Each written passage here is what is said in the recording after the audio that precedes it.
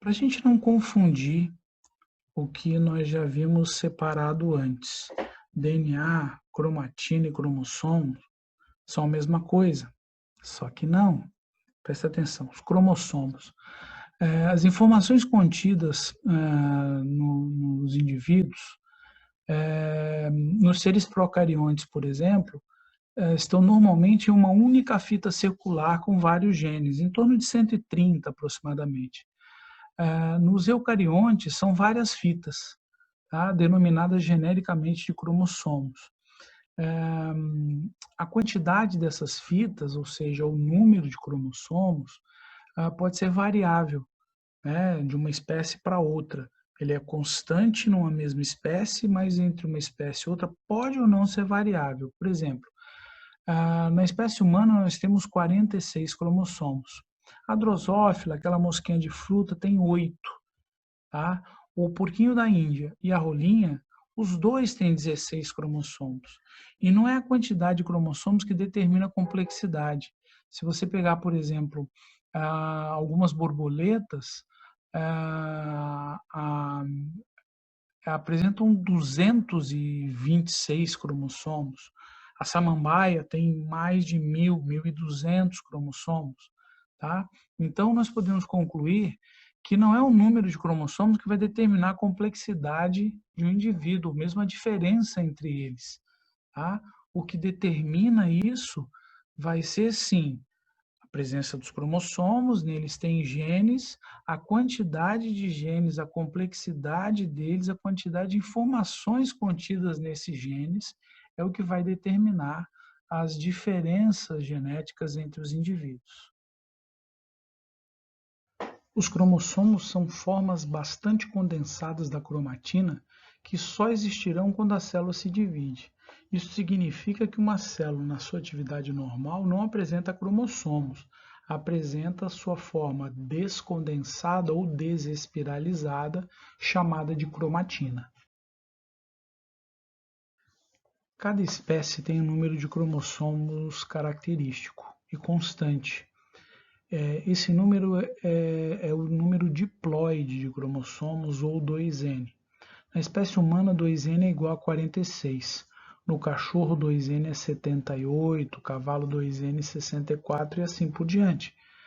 Para que esse número se mantenha constante, na formação dos gametas o número de cromossomos é reduzido à metade.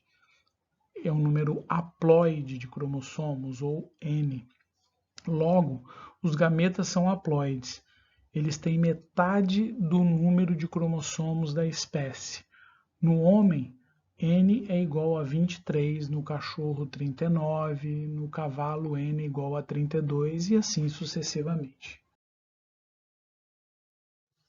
Apenas quando a célula vai se dividir é que ela fará uma cópia completa do seu DNA. Original e cópia são chamadas de cromátides irmãs. Elas ficam unidas por coesinas, que são proteínas e conectadas em um ponto chamado centrômero. Mesmo havendo duas cromátides, enquanto elas estão ligadas a um único centrômero, são consideradas um único cromossomo. Observa o quadro acima e ele vai fazer mais sentido para você depois, quando naquelas setas na parte superior, você já estiver estudado núcleo interfásico e divisão celular. Esta é a representação clássica de um cromossomo. Duas cromátides irmãs no grau máximo de espiralização, isso acontece na metáfase mitótica, unidas pelo centrômero. O braço menor acima do centrômero é chamado de P, e o braço abaixo de Q, que é o maior.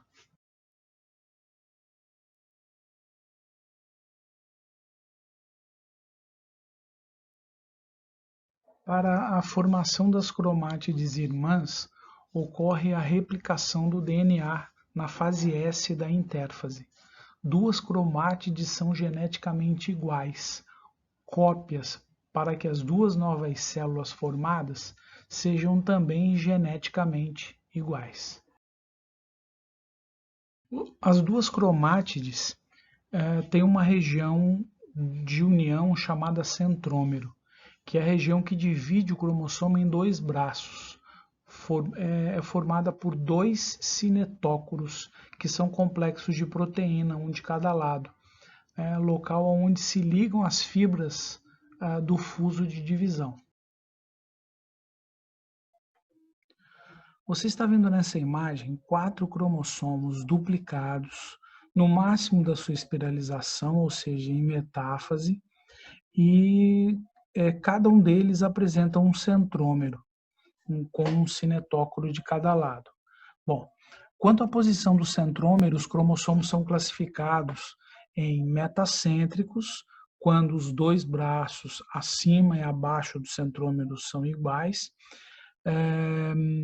submetacêntricos, quando o centrômero estiver ligeiramente deslocado do centro, ou seja, os braços acima são menores e os de baixo maiores, ou acrocêntrico, quando o centrômero estiver bastante deslocado do centro, ou seja, tem dois braços acima bem pequenos e os dois braços de baixo maiores, e telocêntrico, quando o centrômero estiver na extremidade, ou seja, os dois braços da parte superior não existem, tendo só apenas os braços inferiores do cromossomo.